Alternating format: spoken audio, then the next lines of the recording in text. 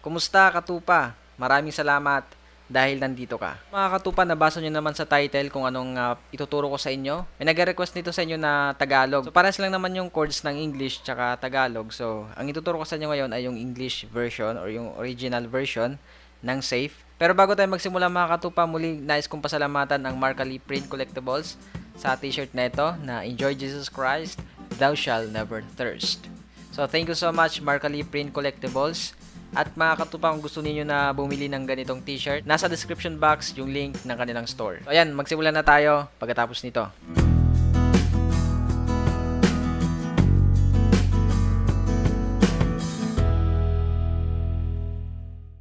So ayan mga katupa, kung mapapansin ninyo, mayroon tayong gagamiting kapo. May nag-worry sa inyo kapag may kapo tayong ginagamit sa tutorial. So hindi yun problema mga katupa dahil pwede kayong hindi gumamit ng kapo kapag wala kayong kapo. Then pwede rin naman na meron. So yung ituturo ko sa inyo yung original key mismo ng kanta. Nasa 3rd fret yung kapo at ito na ay key of A sharp. Pero kapag kayo ay natataasan sa key na to, pwede kayong maglipat ng kapo kung saan ninyo preferred na ilagay. So ang mga chords na gagamitin natin dito mga katupa sa buong kanta ay 4 lamang. Ito ay ang G, E minor 7, C add 9, and then D.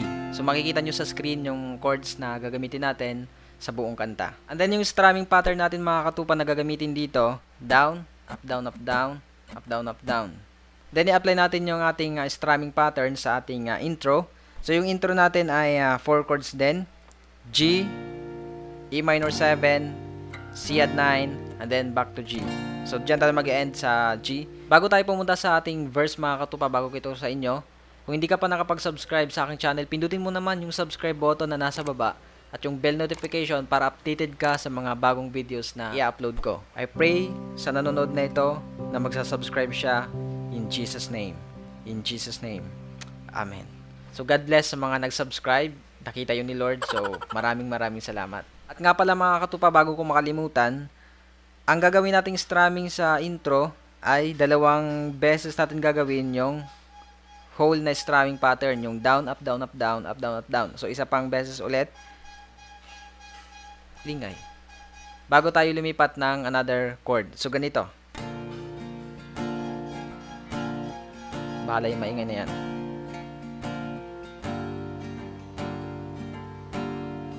Yan. Then C or C add 9. Yan, dinoble lang natin siya. Then end sa G. Then, papasok na tayo ng verse dyan. Under your grace, your mercy amazes me. Under your wings. So, pagpasok natin ng verse, pagkatapos ng G sa may intro, mag-i-still lang din dyan. And then, pagpasok natin ng verse, G pa rin yung chord. Halimbawa, natapos na tayo sa may intro. Under, yan, pagkapasok mismo ng verse, saka papasok din ng chord. Strum tayo agad. Under your grace, your mercy. Yan, nag-stay pa rin sa G, yung strumming. Kung baga, yung ginawa natin sa intro, ganun din, yung strumming. 2 beses natin gagawin yung strumming. Basta tingnan nyo mga katupap, yung paglilipat ng chord, kung saang part na ng lyrics.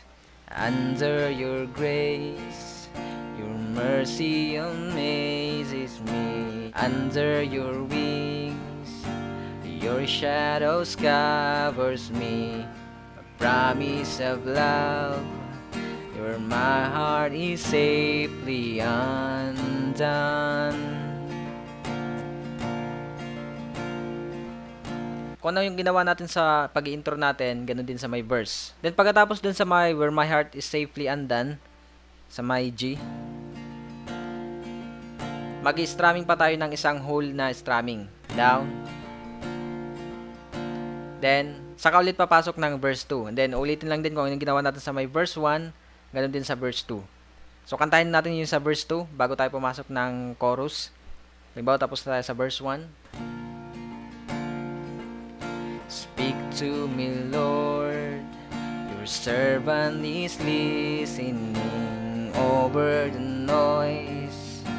I hear you whispering, my hope has come, and my heart is safely undone.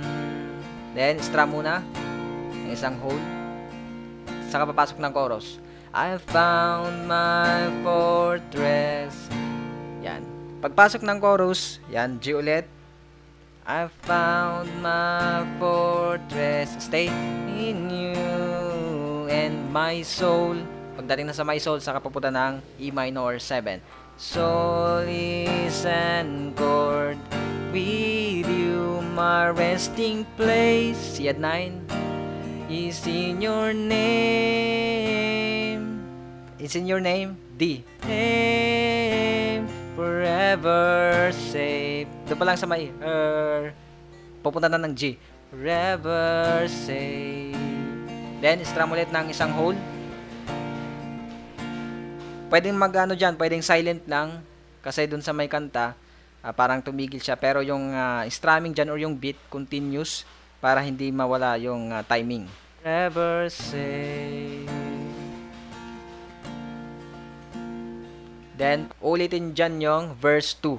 So, kung anong ginawa natin kanina, ganun din yung gagawin natin dito sa part na to. Then, halimbawa natapos na tayo sabay inulit nating verse 2. Then, babalik din yun sa chorus. Then, pagkatapos naman ng chorus, halimbawa papunta na tayo ng bridge. Yung chorus, before the bridge, before tayo pumasok sa bridge, yung forever safe doon na part, hindi na siya G, kundi C at 9. So, kantahin natin sa chorus.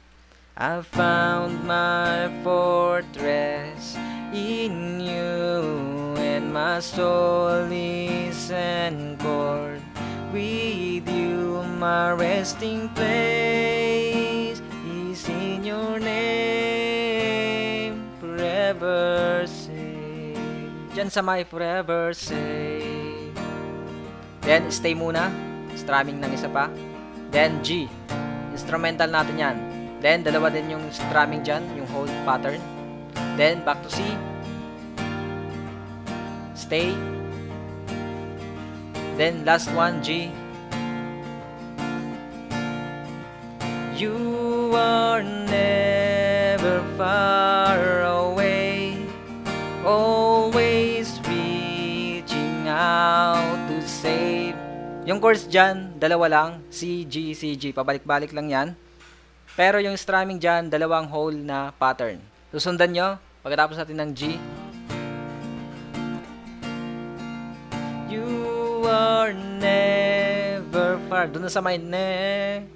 Saka papunta ng C at 9. You are never far away, always reaching out to save. Weakness covered by your strength, I am found forever safe. Then strumming, pwedeng hold dyan, pwedeng hatiin kasi dun sa kanta, hinati lang yung strumming. Kumbaga, down, up, down, up, down. Then papasok na ulit ng chorus. Pwede rin gawin ninyong hold, bahala kayo sa timing ninyo. Pero sa kanta, yun ang ginawa nila. Hinati lang yung isang whole strumming. Bali, I found, saka papasok na ulit ng chorus. So ngayon mga katupa, alam nyo na dahil English yung kantang ito, pagdating natin sa ating play along part ngayon, hindi ko siya kakantahin ng dire-diretso kasi nga magkakaroon tayo ng copyright claim. Inuulit ko sa mga hindi pa nakaalam na kapag kinanta natin ng English or kinover natin yung isang kanta na international or English, nagkakaroon siya ng copyright claim. So habang sinasabayan ninyo ako, kumanta kayo para masundan ninyo yung ginagawa ko. Alright? Alright. Then, kung hindi ka pa nakapag-subscribe, subscribe mo na yan. Huwag nang makulit, subscribe mo na. Intro. Yan, dalawang strumming dyan. E minor 7. Stay dyan. C at 9. And then G.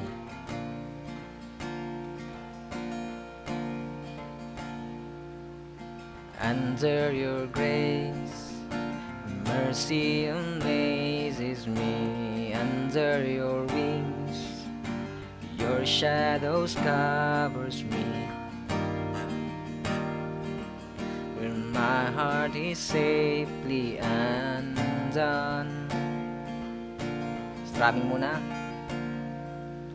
Speak to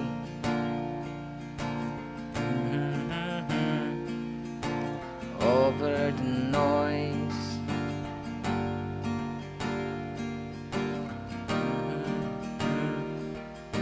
My heart is safe. Done. Strumming muna. I found my fortress in you, and my soul is anchored with you. My resting place is in your forever safe. Strumming. Then, pasok ulit ng verse. Your servant is listening. La la la la. Na na na na na na na na na na na na na na na. Chorus. I found my fortress in you.